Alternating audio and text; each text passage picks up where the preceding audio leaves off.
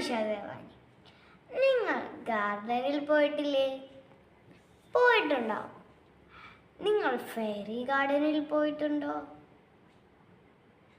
എന്നാൽ ഞാൻ പോയിട്ടുണ്ട്.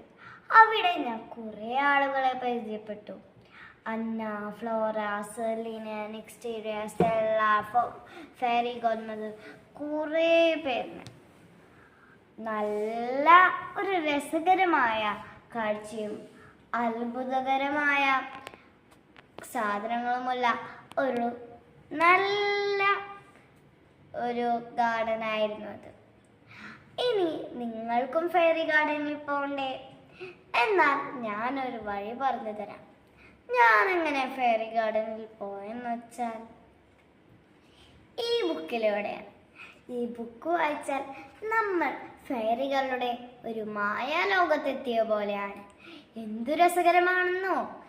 നിങ്ങൾ കണ്ട്, ഇതൊരു ചെറിയ പുസ്തകമൊന്നുമല്ല, ഒരു വലിയ പുസ്തകമാണ്. നല്ല രസകരമായ അത്ഭുത ലോകത്തിൽ നമ്മളെ എത്തിപ്പിക്കുന്നു. നമ്മൾ ഇത് കണ്ട് വിചാരിക്കും, ഒയ്യോ, ഇത് വായിച്ചു തീർക്കാൻ 3 മാസം എടുക്കില്ലേ? 3 മാസമൊന്നും വേണ്ട, 3 ദിവസം മതി. നമ്മൾ ഒരു ബുക്ക് വായിക്കുമ്പോൾ ചിലത് നമുക്ക് ഒട്ടും ഇഷ്ടപ്പെടില്ല. പക്ഷേ എന്നാൽ എനിക്കിത് വളരെ അധികം ഇഷ്ടപ്പെട്ടു. അന്ന, ഫ്ലോറ എന്നിവരാണ് ഇതിലത്തെ പ്രധാന കഥാപാത്രങ്ങൾ. എന്തു രസകരമാണെന്നോ ഇവരെ പറ്റിയുള്ള കഥ വായിക്കാൻ. കഥ വായിച്ചാൽ നിർത്താൻ തോന്നില്ല. എത്ര നേരം വായിച്ചാലും അമ്മ ഇടയ്ക്കിടയ്ക്ക് ചോറുണ്ണാൻ വിളിച്ചാലും നമുക്കൊന്നും പോവാൻ തോന്നേയില്ല. അങ്ങനെ രസകരമായൊരു കഥയാണ് ഞാൻ വായിച്ചത്. എനിക്ക് ഈ ബുക്ക് വായിച്ചിട്ട് എന്തോരം സന്തോഷം എന്നറിയോ? സ്വപ്നത്തിൽ നമ്മൾ ഈ കഥ ഒന്ന് വായിച്ച് മനസ്സിലൊന്ന് ഉറപ്പിച്ചു വെക്കാം. സ്വപ്നത്തിലൊക്കെ മായാലോകയിട്ട് നമ്മൾ തന്നെ ഒരു ഫെയറി ആയ പോലെ ഇരിക്കും. ഫെയറികൾ മാത്രമല്ല, മെർമെയ്ഡ്സിനും പറ്റി പറയുന്നുണ്ട്.